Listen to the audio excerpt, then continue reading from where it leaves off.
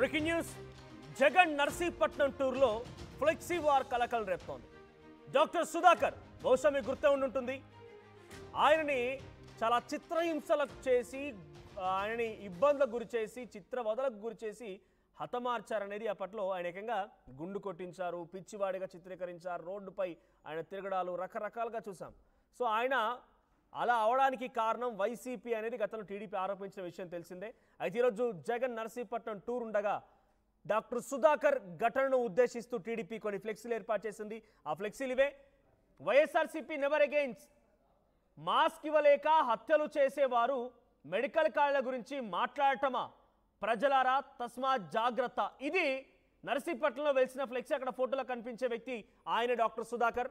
అయితే ఒక doctor mask అడిగితే ఇవ్వలేక హత్యలు చేసేవాళ్ళు మెడికల్ కాలేజీల గురించి మాట్లాడటమా?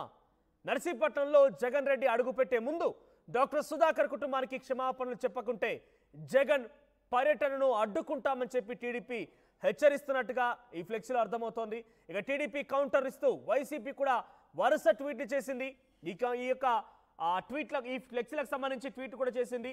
ఆ ట్వీట్లలో ఒక ట్వీట్ చూస్తుంటే, పిల్లనిచ్చిన మామను, రాజకీయ జీవితాన్ని ఇచ్చిన ఎన్టీఆర్ను వెన్నుపోటు పడిచి ఎన్టీఆర్ వ్యక్తిత్వాన్ని చిత్ర విచిత్ర కథలతో దెబ్బతీసినటువంటి ఎన్సీబీ అని అంటే ఆయన ట్యాగ్ చేస్తూ, నారా చంద్రబాబును ట్యాగ్ చేస్తూ, ఆయనకు ఇలాంటి చీప్ ట్రిక్స్ కొత్త కాదు, ఎవరైనా తన ప్రచారానికి వాడుకోవడం చంద్రబాబుకు అలవాటే. ఇప్పుడు మెడికల్ కాలేజీలపై వైఎస్ జగన్ ప్రజా ఉద్యమాన్ని పక్కదో పట్టించేందుకు దిగజారుడు రాజకీయ ఎత్తుగడకు దిగారు. మానసిక అనారోగ్యంతో గుండెపేటుతో మే 2021లో డాక్టర్ సుధాకర్ మరణించాడు. 4 ఏళ్లు గడిచినా ఆ మరణాన్ని నిస్సిగ్గుగా రాజకీయానికి వాడుకుంటున్నారు.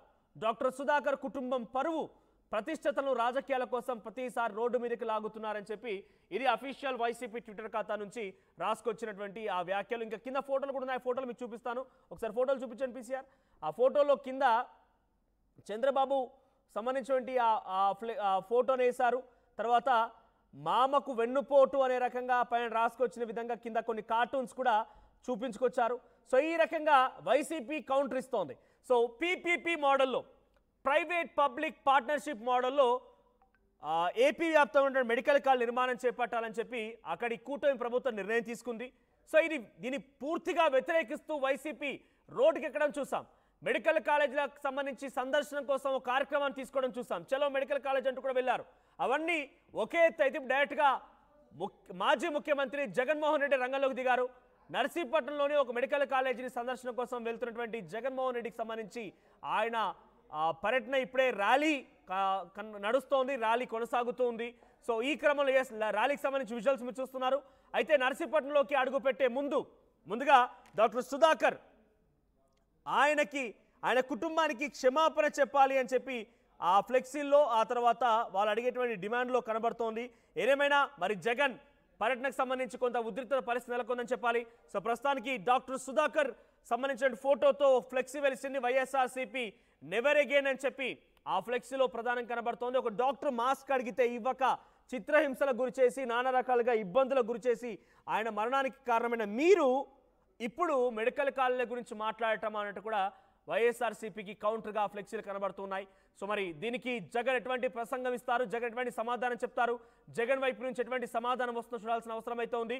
భారీ ర్యాలీగా వాహన శ్రేణితో ఆయన సందర్శనార్థం వెళ్తున్నారు, మెడికల్ కాలేజీ కోసం పర్యటనకు వెళ్తున్నారు ఆయన. సో ప్రస్తుతానికి జగన్ పర్యటన కొనసాగుతుంది. ఉద్రిక్తత పరిస్థితి మధ్యలోనే జగన్ పర్యటన కొనసాగే అవకాశం ఉంది. నర్సీపట్నంకి వచ్చిన తర్వాత డాక్టర్ సుధాకర్ కుటుంబానికి క్షమాపణ చెప్పకపోతే మేము జగన్ పర్యటనని అడ్డుకుంటామని చెప్పి టీడీపీ శ్రేణులు పిలుపునిచ్చారు. మరి టీడీపీకి వైసీపీ కూడా కౌంటర్ ఇస్తూ వరుస ట్వీట్లు చేస్తోంది. మరి అక్కడ జరిగేటువంటి పరిస్థితులు ఎలా ఉన్నాయి, ఎటువంటి సిచ్యువేషన్ నెలకొని మా ప్రతినిధి సత్యనారాయణ అందిస్తారు. ఎస్ నాయుడు, అక్కడ ఎటువంటి సిచ్యువేషన్ నెలకొని జగన్ పర్యటనని అడ్డుకొని తీరుతామని చెప్పి టీడీపీ చెప్తోంది. కొన్ని ఫ్లెక్సీలు కూడా వెలిసాయి. డాక్టర్ సుధాకర్ మరణాన్ని, సహజ మరణాన్ని రాజకీయం కోసం వాడుకుంటున్నారని చెప్పి వైసీపీ కౌంటర్ వేస్తోంది. ఎలా చూడాలి? సో ప్రస్తుతానికి ర్యాలీ ఎలా కొనసాగుతోంది? మనం చూస్తే కనుక ఉత్కంఠమైనటువంటి పరిస్థితుల నేపథ్యంలో ప్రస్తుతం మాత్రం జగన్ పర్యటన మాత్రం జరుగుతుంది అనడంలో ఎటువంటి అతిశక్తి లేదు. అడుగడుగున ఆంక్షలు, పోలీసులు పహారా మధ్య ఎయిర్పోర్ట్ లో దిగిన జగన్ నర్సీపట్నం అంటే మెడికల్ కాలేజీ చేరడానికి మాత్రం అడుగును కూడా అవరోధాలు ఉన్నాయి. కొద్దిసేపటి క్రితమే ఎవరైతే స్పీకర్ అయ్యన్ పాత్రులు కూడాను ఆయన నియోజకవర్గం హెడ్ క్వార్టర్ లో ఉన్నారు. జగన్ రాకతో వారి శ్రేణులను అప్రమత్తం చేసి జగన్ గో బ్యాక్ అంటూ నినాదాలు కూడా చేపిస్తారు. మరోవైపు చూస్తే డాక్టర్ సుధాకర్ నర్సీపట్నం పట్టణంలో ఒక మేడపై డాక్టర్ సుధాకర్ విషయంలో కూడా జరిగినటువంటి దీన్ని కూడాను సీరియస్ గా తీసుకుని ఎవరో అజ్ఞాత వ్యక్తులు మాత్రం రాత్ర ఒక మేడపై ఫ్లెక్సీని కూడా పెట్టారు. కోవిడ్ టైంలో కనీసం మాస్కులు ఇవ్వలేకున్నటువంటి జగన్మోహన్ రెడ్డి మెడికల్ కాలేజీ విషయంలో ఎలా మాట్లాడుతారు, ఆ మెడికల్ కాలేజీ రావడానికి ఆయనకి ఏం అర్హత ఉందని చెప్పేసి ఆ ఫ్లెక్సీలో కూడా రాయడం, ఈ పరిణామాలన్నీ కూడాను ఆయన మెడికల్ కాలేజీ దగ్గరకు క్షేత్రస్థాయిలో వచ్చి పరిశీలించినంత వరకు కూడాను ఈ పర్యటన మాత్రం సజావుగా సాగే పరిస్థితి లేదన్నటువంటి సంకేతాలు మాత్రం స్పష్టంగా కనిపిస్తాయి. ఎందుకంటే 12 ఆంక్షలు ఇచ్చారు. ఆ 12 ఆంక్షల్లో కూడాను ఎక్కడైనా కూడా క్రౌడ్ గ్యాదరింగ్ ఉంటే ఆ గ్యాదరింగ్ దగ్గర ఆయన క్యాన్వా ఆగినట్టు ఉంటే ఆయన అక్కడ అరెస్ట్ చేస్తారు. అదేవిధంగా గతంలో కూడా ఆయన వెహికల్ కింద పడి ఒక కార్యకర్త చనిపోయిన ఘటన కూడా పరిణామాలు తీసుకొని ట్రాఫిక్ లో కూడాను ఏ వెహికల్స్ కూడాను ఆయనతో పాటు ఫాలో కాకూడదు. ఒకవేళ అలా ఫాలో అయ్యి అక్కడ ఏమైనా ఘటన జరిగితే మాత్రం వెంటనే జగన్మోహన్ రెడ్డితో పాటు వారిని కూడా అరెస్ట్ చేసేందుకు పోలీసులు రంగం సిద్ధం చేశారు. అటువంటి ఆంక్షలు నడుమ ఇచ్చినటువంటి ఈ అనుమతులు మాత్రం ఈ రోజు జగన్ పర్యటనకు మాత్రం అడుగడుగున ఆటంకాలు కలుగుతున్నటువంటి సంకేతం స్పష్టంగా కనిపిస్తాయి. మరోవైపు చూస్తే డాక్టర్ సుధాకర్ విషయంలో వెలిసిన ఫ్లెక్సీ విషయంలో ఆ అజ్ఞాత వ్యక్తులు ఎవరు, అది అంటే కుటుంబ ప్రభుత్వానికి సంబంధించిన వాళ్ళ లేకపోతే దళిత సంఘాలకు సంబంధించినటువంటి ఆయన అభిమానుల అన్న విషయం కూడా ఈ పోలీస్ ఇంటెలిజెన్స్ కూడా ఆరా తీస్తుంది. ఆ ఫ్లెక్సీని చూసిన ప్రతి ఒక్కరు కూడాను సుధాకర్ ని హత్య చేసి కనీసం మాస్క్ ఇవ్వలేనటువంటి ప్రభుత్వం ఈ రోజు మెడికల్ కాలేజీ ప్రైవేటీకరణ అడ్డుకునేందుకు చేస్తున్న ప్రయత్నానికి వారు అనర్హులు, వారు మాట్లాడిన హక్కు కూడా లేదని చెప్పేసి ఆ ఫ్లెక్సీలు కూడా రాయడం జరిగింది. జనం మాత్రం ఈ పర్యటన మాత్రం నమ్మొద్దు, ఇది మాత్రం బూటకమైనటువంటి పర్యటన, పార్టీని పరిరక్షించుకునేందుకు చేస్తున్నటువంటి ఇటువంటి పర్యటనలు మాత్రం జనం తస్మాత్ జాగ్రత్త హెచ్చరిక కూడా జారీ చేశారు. కాకపోతే ఏపీ సభాపతి అయ్యన్ పాత్రులు చేసినటువంటి వ్యాఖ్యల నేపథ్యంలో ఏదైతే నర్సీపట్నం కేంద్రానికి సమీపంలో 15 కిలోమీటర్ సమీపంలో నిర్మిస్తున్నాడో మెడికల్ కాలేజీ అక్కడ ఎక్కడుంది, అసలు మెడికల్ కాలేజీ ఎవరు నిర్మించారు అని చేసిన వ్యాఖ్యలు పరిణామాలు తీసుకున్నటువంటి జగన్మోహన్ రెడ్డి మాత్రం ఈ రోజు ఎట్టి పరిస్థితుల్లో అక్కడ నిర్మాణం జరిగింది, ఈ జరిగిన విషయంపై కూటమి ప్రభుత్వం ఏం సమాధానం చెప్తుందన్న విషయాన్ని హెచ్చరించేందుకు ఆయన వస్తున్నారు. అడుగున పోలీసు ఆంక్షలు ఉన్నాయి. ఎటువంటి కవ్వింపు చర్యలకు పాల్పడినా కూడాను సత్యనారాయణ, జనరల్ గా గతంలో కూడా వైసీపీకి సంబంధించిన అధినేత జగన్మోహన్ రెడ్డి ఈ రకంగా పర్యటనలు చేస్తున్న క్రమంలో ఒకానొక సందర్భంలో ఆయన పర్యటిస్తుండగా కొంతమంది అక్కడికి వచ్చి ఆయన కారు కింద పడిపోయి నలిగిపోయి కొన్ని ప్రాణాలు కూడా పోయాయని చెప్పి టీడీపీ అనేక సార్లు చెప్పుకొచ్చింది. చాలా మంది పైన కూడా కేసులు నమోదయ్యాయి. ఇప్పుడు జగన్మోహన్ రెడ్డి పర్యటనపై ఎటువంటి ఆంక్షలు ఉన్నాయి? ఆయనతో పాటుగా మెడికల్ కాలేజ్ పర్యటనకి ఎంతమందికి అనుమతి ఉంది? ఆ వాహన శ్రేణి భారీ వాహన శ్రేణి కనబడుతోంది. సో ప్రతిసారి కూడా కొన్ని ఆంక్షలు ఉన్నాయి జగన్మోహన్ రెడ్డి పర్యటన పైన. ఈసారి ఎటువంటి ఆంక్షలు ఉన్నాయి? ఆంక్షలకు లోబడే వైసీపీ ర్యాలీ నిర్వహిస్తోందా? పర్యటన కూడా ఆ రకంగా ఉండే అవకాశం ఉందా, లేదంటే ఆంక్షల్ని మొత్తం కూడా బేఖాతరు చేసి వైసీపీ గతంలో మాదిరిగానే జన ప్రవాహాన్ని తీసుకుని వెళ్తున్నారు? ఎలా చూడాలి? మనోజ్, పరిణామాలు చూస్తే మాత్రం కేవలం వైసీపీ కవ్వింపు చర్యలకు పాల్పడుతుందన్నటువంటి సంకేతం. ఎందుకంటే NH-16 మార్గం గుండా మెడికల్ కాలేజ్ రావడానికి అనుమతులు ఇచ్చారు. 12 ఆంక్షలు కూడా అమలు చేశారు. ఈ ఆంక్షల్లో ముఖ్యంగా మాత్రం ఎక్కడైనా కూడళ్ల వద్ద వెహికల్ ఆగడానికి లేదు, నెంబర్ 1. నెంబర్ 2 చూస్తే కనుక కూడల వద్ద కేవలం వారికి అభియోగం చేసుకుంటూ వెళ్ళడమే కానీ అక్కడ మాట్లాడే పరిస్థితి. నెంబర్ 2. నెంబర్ 3, ఏదైనా వెహికల్స్ పరిమితికి మించి ఆయన క్యాన్వాయ్లో పాల్గొంటే మెడికల్ కాలేజీకి ముందే మొత్తం బ్యారిగేటింగ్ చేశారు. ఆ బ్యారిగేటింగ్ చేసిన నేపథ్యంలో ఆయన వెహికల్ తప్ప ఇంకొక వెహికల్ కూడా లోపలికి పంపించే పరిస్థితి లేదు.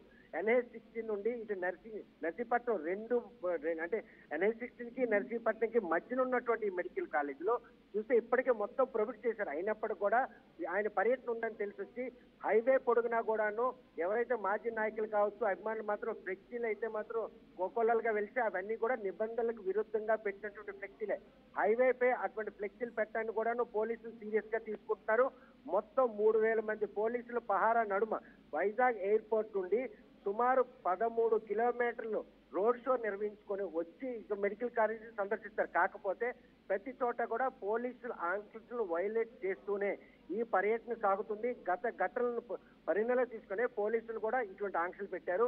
మనుషులు ప్రాణాలంటే లెక్క లేకుండా పోతున్నటువంటి నాయకులకు మాత్రం ఆ ప్రాణం విలువ తెలిసేందుకు అడుగడుగును కూడా భద్రతా చర్యలతో పాటు ట్రాఫిక్ నిబంధన హైవేపై వస్తున్నారు కాబట్టి హైవేలో కూడా ఎటువంటి ట్రాఫిక్ జామ్ కాకుండా ఉండేందుకు ఈ పరిణామాలన్నీ కూడాను ఎయిర్పోర్ట్ నుండి బయలుదేరిన జగన్ కాన్వాయ్ హైవే దగ్గరే దాన్ని కట్టడి చేసి నర్సీపట్నం అంటే నేషనల్ హైవేకి వైపు మళ్లించే అవకాశం ఉంది.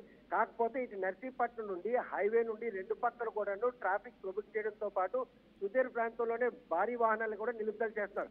గతంలో కూడా జగన్మోహన్ రెడ్డి పర్యటన నేపథ్యంలో కానివ్వండి, ఆయన ఇచ్చిన పిలుపు మేరకి కొన్ని కార్యక్రమాల్లో కూడా పేరు నాని, తర్వాత పేరుని కిట్టు, తర్వాత అవినాష్ అందరిపైన కొన్ని వందలాది మంది పైన కేసులు నమోదయ్యాయి. ప్రతి పర్యటనలో కూడా ఏదో ఒక అవాంఛనీయ సంఘటన జరగడమా, లేకపోతే పోలీసుల యొక్క నిబంధనలకు విరుద్ధంగా ప్రవర్తించడమా, ఆ సందర్భాల్లో కేసులు నమోదవుతున్నాయి. ఇప్పుడు నర్సీపట్నం జగన్మోహన్ రెడ్డి పర్యటనకు సంబంధించి ఇన్ఛార్జ్గా ఎవరున్నారు?